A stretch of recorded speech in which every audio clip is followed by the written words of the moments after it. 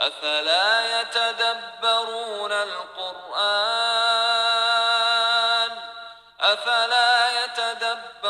القرآن أم على قلوب أقفالها. Pada pertemuan kali ini kita akan masuk bab yang baru setelah kita membaca bab yang lama, iaitu bab yang memperkatakan tentang kelebihan membaca Al-Quran dan kelebihan mentadabbur serta mengamalkannya. Dalam bab tersebut, pengarang telah menampilkan banyak asar dan kita tidak akan menghuraikan ke semua asar yang ditampilkannya. Memadailah kita hanya membacakan sebahagian sahaja. Bab yang kita akan masuk kali ini iaitu Bab kaifiyati tilawati lil kitabillahi ta'ala wa ma yukrahu minha wa ma yahrum wa ikhtilafin nasi fi dhalik. Bab yang memperkatakan tentang cara-cara membaca Al-Quran dan apa yang dimakruhkan dan yang diharamkan serta perselisihan para ulama berkaitan dengan hal tersebut.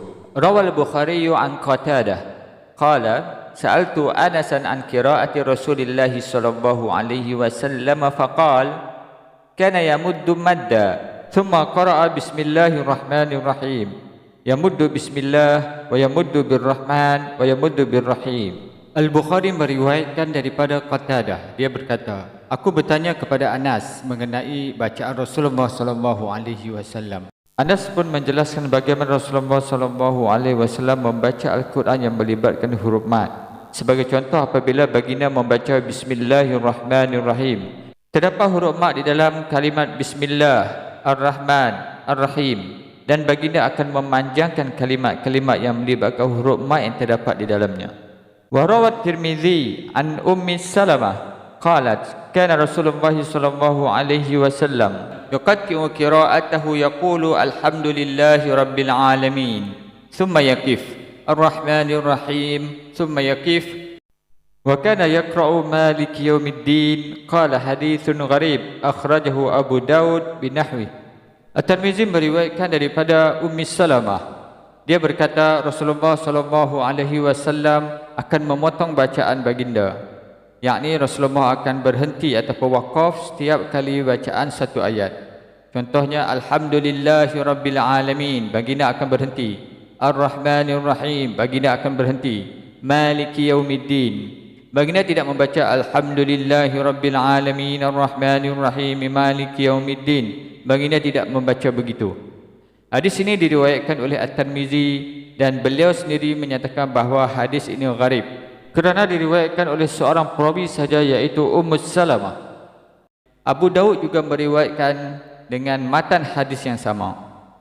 Ibnu Hajar menilainya sebagai hasan dalam kitabnya Mishkat Al-Masabih. Kemudian ditakhrij semula oleh Al-Albani menyatakan bahawa hadis itu sahih. Syu'aib Al-Arnaud ketika mentakhrij kitab Syarhul Mushkil Al-Athar menilai hadis itu sebagai hasan. Kemudian beliau mentakhrij kitab Zadul Ma'ad, beliau menilai sebagai sahih. Ad-Daraqutni dalam kitab Tafsir Al-Quran menilai isnadnya sebagai sahih. Ibnu Huzaimah menilainya sebagai sahih. Al-Hakim dalam kitabnya Al-Mustadrak menilai hadis ini sebagai sahih mengikut syarat Bukhari dan Muslim. Begitu juga Az-Zahabi menilai hadis ini sebagai sahih mengikut syarat Bukhari dan Muslim. Wa ruwiya 'anil Nabi sallallahu alaihi wasallam annahu qala ahsanun nasi sautan man idza qara'a ra'aitahu yakhshallahu ta'ala. Diriwayatkan daripada Nabi sallallahu alaihi wasallam bahawa baginda bersabda, orang yang paling baik suaranya adalah jika ia membaca Al-Quran, engkau melihat dirinya takut kepada Allah Subhanahu wa ta'ala. Kita akan jelaskan status hadis ini. Kalau hadis yang diriwayatkan oleh Bukhari dan Muslim, dia makruf tentang kesahihan daripada keduanya. Namun kalau selain daripada Bukhari dan Muslim, kita akan jelaskan status mengikut pandangan para ulama hadis. Hadis ini telah diriwayatkan oleh beberapa orang perawi seperti Jabir bin Abdullah, Abdullah bin Umar, Tawus bin Kaisan Al-Yamani. Kalau melalui Jabir bin Abdullah, para ulama telah membuat penilaian perawi yang meriwayatkan melalui Jabir bin Abdullah, di antaranya Ibnu Katsir yang wafat pada tahun 774 dalam kitabnya Al-Ahkamul Kabir dan Fadailul Quran. Di dalam kitabnya beliau menyatakan bahawa Abdullah bin Ja'far, iaitu ayah kepada Ali bin Al-Madini, dinilai sebagai dhaif. Begitu juga gurunya iaitu yang meriwayatkan sebelumnya iaitu yang bernama Ibrahim bin Ismail juga dinilai sebagai dhaif. Ibnu Hajar Al-Asqalani yang wafat pada tahun 852 Hijrah dalam kitabnya Nataijul Afkar, beliau juga menilai kedua mereka ini sebagai dhaif. Begitu juga Al-Iraqi yang wafat pada tahun 806 Hijrah dalam kitabnya Takhrijul Ihya, beliau menilai sanadnya sebagai dhaif.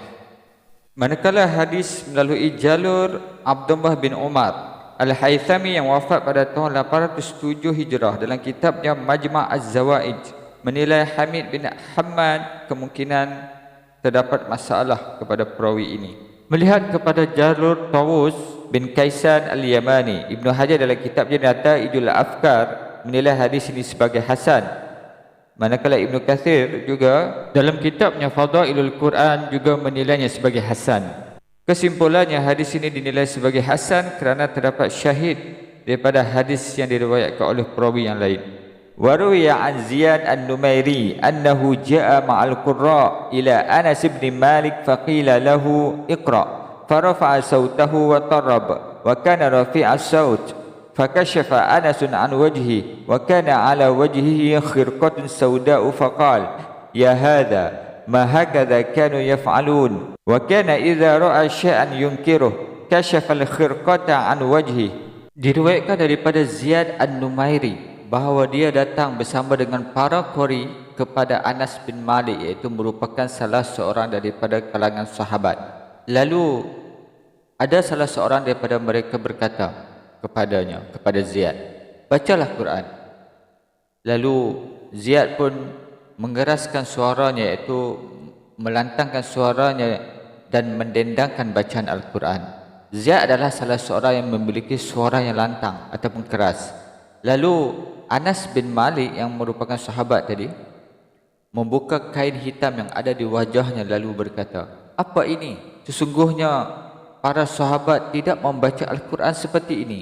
Anas sendiri jika dia melihat sesuatu yang dia tidak suka, dia akan membuka kain penutup wajah untuk melihat sesuatu yang tidak disukainya itu.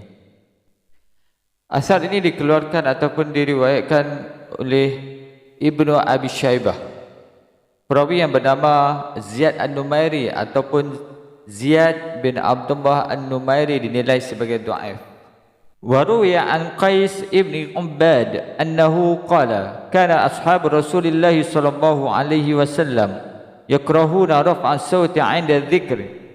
Diriwayatkan daripada Qais bin Ubad bahawa dia berkata para sahabat Rasulullah sallallahu alaihi wasallam tidak suka mengangkat suara ataupun meninggikan suara ataupun melantangkan suara ketika mana berzikir. Apabila diteliti hadis ini, terdapat riwayat ini dalam Sunan Abi Daud dengan sedikit penambahan pada lafaznya iaitu kana ashabu Rasulillah sallallahu alaihi wasallam yakrahuna raf'a sauti 'inda thalath 'inda al-qitali wa 'inda al-janaizi wa 'inda dzikr. Para sahabat tidak menyukai mengangkat suara ataupun membenci mengangkat suara ada tiga keadaan. Ketika mana peperangan, ketika mana terdapat jenazah, ketika mana berzikir. Syu'aib Al-Arnaun ketika mana mentakhrij hadis ini daripada Sunan Abi Daud, beliau menyatakan isnadnya sahih. Ibnu Al-Mulaqin dalam kitabnya Tuhfatul Muhtaj menilai hadis ini sahih ataupun hasan. Manakala Ibnu Hajar dalam kitabnya Al-Futuhatul Rabbaniyah, beliau menilai hadis ini mauquf sahih. Wa mimman ruwiya anhu karaha raf'i sauti 'inda qira'atil Quran Sa'id ibn al-Musayyib wa Sa'id ibn Jubair wal Qasim ibn Muhammad wal Hasan wa ibn Sirin wal Nakhai wa ghairuhum. Di antara yang meriwayatkan hadis tentang tidak menyukai mengeraskan suara ataupun melantangkan suara ketika membaca Al-Quran adalah Sa'id bin Musayyib. Siapakah Sa'id al-Musayyib? Nama sebenarnya iaitu Sa'id bin al-Musayyib bin Haznin al-Qurashiyu al-Mahzumi. Beliau merupakan salah seorang daripada kalangan tabi'in. Dan para ulama bersepakat bahawa hadis-hadis mursal darinya adalah yang paling sahih dan beliau merupakan seorang ulama yang hebat dalam bidang fiqh. Ibnu Al-Madani berkata, aku tidak mengetahui ada generasi tabi'in yang ilmunya lebih luas daripadanya. Dia wafat pada tahun selepas 90 Hijrah. Saat beliau wafat, beliau masuk usia ke 80 tahun. Selain daripada Sa'id Al-Musayyib yang tidak menyukai tentang menggeraskan ataupun melantarkan bacaan Al-Quran ataupun berzikir, iaitu Sa'id Ibn Jubair, Al-Qasim Ibn Muhammad, Al-Hasan Ibn Sirin, An-Nakhai dan selain daripada mereka. Wa karihahu Malik Ibn Anas wa Ahmad Ibn Al-Hanbal, kulluhum kariha raf'an sauti bil Qur'ani wa tatriba fih. Malik bin Anas dan Ahmad bin Hanbal telah memakruhkan perbuatan tersebut, yakni tidak menyukainya, dan mereka semua tidak menyukai membaca Al-Quran dengan suara yang keras dan melagukannya. Wa ruwiya an Sa'id ibn al-Musayyib annahu sami'a Umar bin Abdul Aziz ya'ummun nas fatarraba fi qira'atihi fa arsala ilaihi Sa'id yaqul aslahakallah innal a'immata la taqra'u hakadha fataraka Umaru at-tatriba ba'du. Diriwayatkan daripada Sa'id al-Musayyib bahawa dia mendengar Umar bin Abdul Aziz ketika mengimami orang-orang Muslim, dia melagukan ataupun mengiramakan bacaannya ketika mana menjadi imam. Siapakah Umar bin Abdul Aziz? Nama sebenarnya iaitu Umar bin Abdul Aziz bin Marwan bin Al-Hakam bin Abi As Al-Qurashi Al-Umawi. Beliau cucu kepada Marwan bin Al-Hakam. Dan Umar Abdul Aziz ini pernah menjadi khalifah kerajaan Umayyah, iaitu khalifah yang ke-8. Beliau lahir pada tahun 61, sebahagian menyatakan 63 Hijrah, dan wafat pada tahun 101 Hijrah.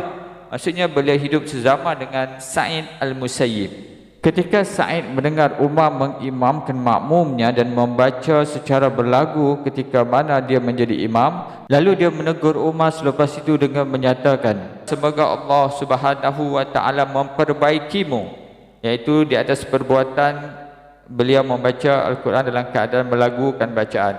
Sesungguhnya para imam tidak membaca seperti itu, kata Sa'id.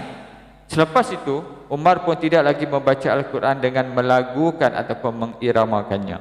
Begitulah sebahagian asar yang ditampilkan oleh pengarang ketika mana membahas perselisihan ulama berkenaan dengan bacaan Al-Quran tentang meninggikan ataupun mengeraskan bacaan dan melagukan bacaan.